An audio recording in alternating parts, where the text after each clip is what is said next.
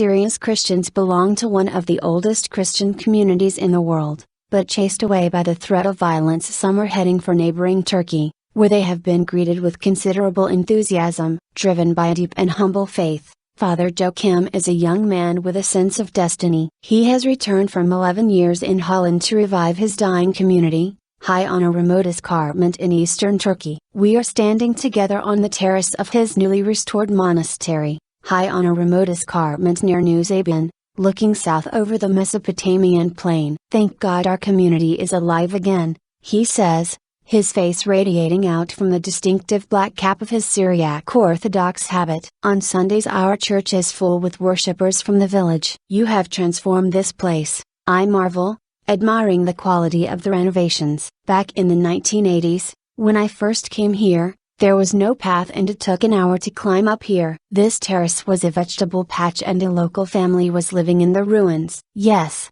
he replies serenely. They were Yazidis. They moved in after the last monk died. They looked after the monastery very well. The thought of a Syriac Orthodox monk being grateful to Yazidis, sometimes reviled as devil worshippers by Muslims and Christians alike, was a novel one. But surprises like these come thick and fast in eastern Turkey, where the Turkish government has invested heavily over the past decade, building hydroelectric dams on the Tigris and Euphrates, extending agriculture and employment to help settle local communities, including Kurdish ones. As for the Syriac Christians, custodians of some of the earliest surviving churches in the world, this was always their homeland, the region known as Terrace, Syriac for Mountain of the Servants of God. Father Joaqim guides me out of the blazing summer sun into a shady spot to sit. A young helper appears with a tray of refreshments. Once there were 80 thriving monasteries here, he tells me. This was the first,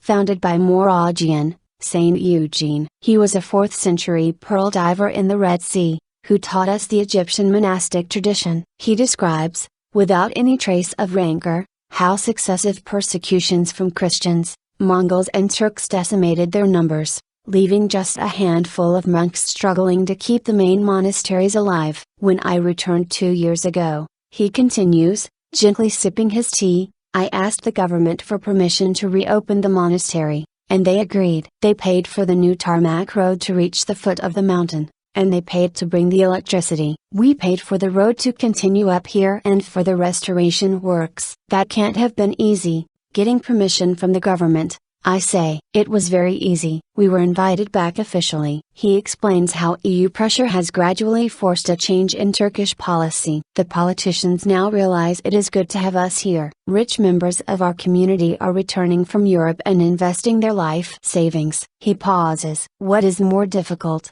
he elaborates, are the land disputes with our Kurdish neighbors. In some places they use our churches as stables. We are only a minority, of course, but our local MP is now a Christian from our community. He represents the Kurdish party, so maybe we can resolve our differences. I gesture down to the plain below and ask about the war in Syria just across the border. Within sight of the monastery, are you afraid it will spill over here? Not at all, he replies. We want our brothers to come back from Syria. Most of them fled there during the First World War. They have always shared our ancient Syriac language and culture. Several of their families are living in our village. They help our church, and our football team. He smiles. Across the Terrace, some of the long abandoned villages are slowly coming back to life, not just with émigré families from the Syriac diaspora returning from Europe, but also with co-religionists from Syria, separated by an artificial border, returning to the bosom of their community in Turkey. From a low point of just 80 families,